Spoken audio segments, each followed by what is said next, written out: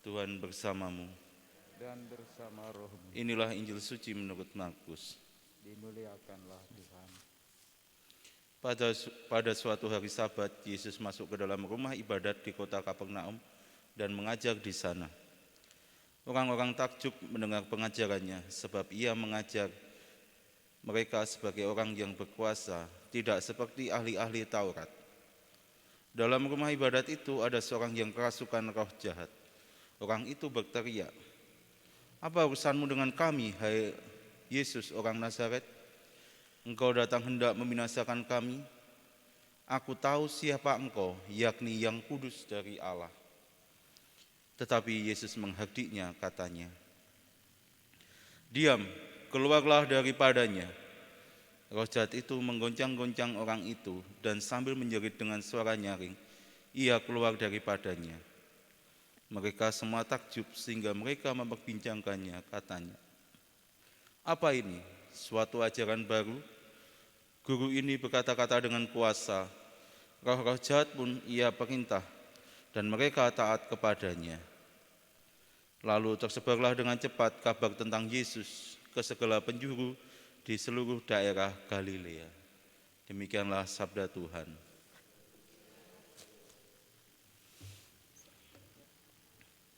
Saudara-saudari yang terkasih, kita sungguh bersyukur karena kita sebagai seorang Kristiani. Kita bersyukur karena kita telah dibaptis. Mengapa? Karena kita telah mendapatkan jaminan keselamatan dari Allah sendiri.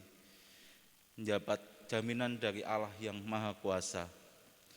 Kemahakuasaan Allah ini bisa kita renungkan dan bisa kita lihat dalam bacaan pertama tadi.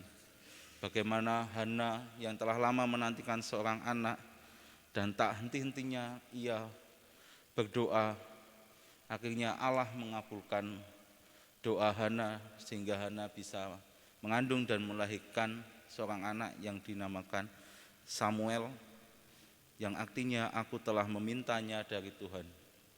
Maka dari itu, saudara-saudari yang terkasih, kita bersyukur sebagai seorang Katolik pula karena kita tahu ketika kita menghadapi persoalan hidup, ketika kita mengalami tantangan-tantangan hidup kita tahu kepada siapa kita harus mengeluh, kita tahu kepada siapa kita harus memohon.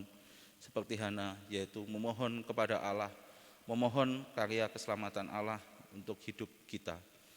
Kemahakuasaan Allah ini secara nyata ditunjukkan oleh Tuhan Yesus dalam karyanya di dunia ini.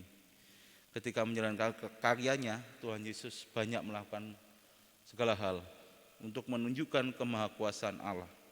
Seperti dalam bacaan Injil hari ini, yaitu menyembuhkan orang yang kerasukan setan.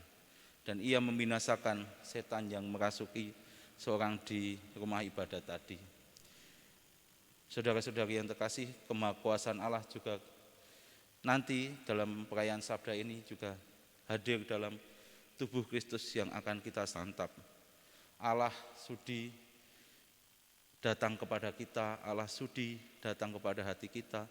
Oleh karena itu kita bisa belajar dari Hana untuk tak henti-hentinya memohon kepada Allah, mohon kasih karunia Allah sehingga kita mampu menjalani persiaran hidup kita dengan baik dan kita bisa tetap kita bersyukur dan menyembah Tuhan yang sungguh baik dalam hidup kita. Berkat Allah menyertai kita sekalian.